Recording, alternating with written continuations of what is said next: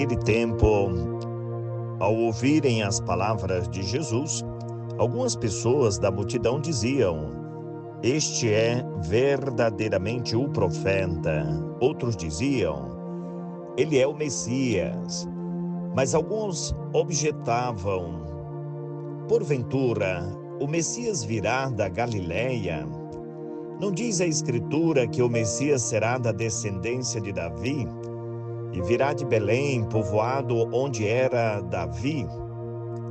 Assim houve divisão no meio do povo por causa de Jesus. Alguns queriam prendê-lo, mas ninguém pôs a mão nele.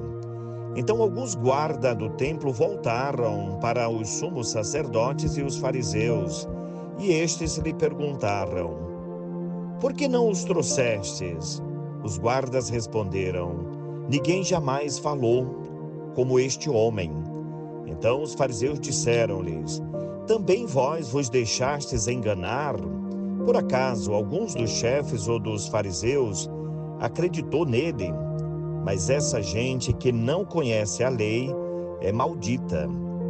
Nicodemos, porém, um dos fariseus, aquele que se tinha encontrado com Jesus anteriormente, disse: "Será que a nossa lei julga alguém antes de ouvir e saber o que ele fez?" Meus irmãos e minhas irmãs, hoje é sábado, dia 16 de março de 2024. O Evangelho de Jesus Cristo é de autoria de João, capítulo 7, versículo de 40 a 53.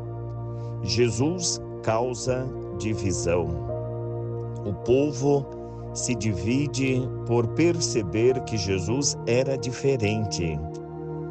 Jesus era novidade.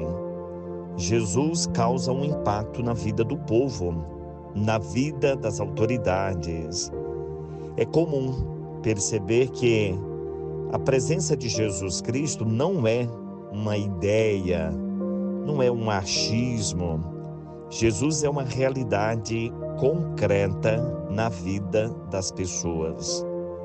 Por isso, as palavras de Nicodemos, e aqui Nicodemos, aquele que encontrou com Jesus, que perguntou a necessidade de se tornar renovado, de se tornar novo, e até chegou a perguntar a Jesus se precisava, para se tornar uma criatura nova, um outro ser, se precisava voltar ao ventre da mãe. E Jesus falava do nascer de novo, segundo os critérios do céu, se tornar uma criatura nova. Esta era a proposta apresentada por Jesus Cristo. E aqui, diante de tantas discussões, autoridades, guardas, o povo, de repente as palavras de Nicodemos causam aqui a realidade mais profunda, traz o sentido mais concreto da vida do povo, a lei e a justiça. Nicodemos diz bem, né? A nossa lei, ela traz e dá a oportunidade ao inocente de que ele se pronuncie, de que ele seja ouvido, de que ele tenha a oportunidade da presunção da inocência, que ele possa se expressar. Meus irmãos, quantas vezes nós precisamos de Nicodemos entre nós? Porque o comum é bater o martelo, julgar e condenar, porque é mais desgastante perder tempo, dar tempo ao outro para que o outro tenha a oportunidade de ser julgado. E este julgamento nós precisamos entender que vai muito além da concepção estrutural dos tribunais que nós conhecemos bem.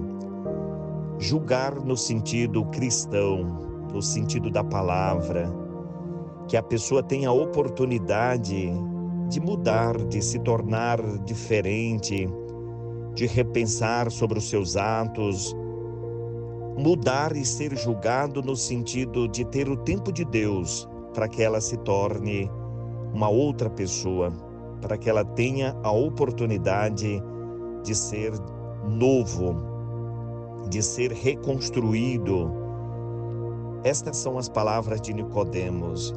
E esta presença de Nicodemos, um fariseu, observemos bem, meus irmãos. Aqui se trata de um fariseu, alguém que tinha muito bem aqui conhecimento da lei e era rigorista, era impositivo em matéria de lei. E de repente mostra ponderação, tolerância. Este é o caminho que Jesus Cristo traz. Nicodemos tem a sensibilidade diante de tantas interrogações, de tantas provocações, um risco grande de um imediatismo de condenar. De repente é aquele que diz: olha, vamos usar os critérios da justiça, vamos usar os critérios do tempo, vamos usar os critérios da oportunidade para que ele não seja injustiçado. A palavra de Deus neste tempo quaresmal nos oferece também este caminho justo, de que cada um tenha a oportunidade de repensar os seus atos, refletir sobre a sua vida e, segundo a justiça de Deus, à luz da palavra de Deus, cada um possa fazer uma autocrítica para também tomar os rumos certos da própria vida.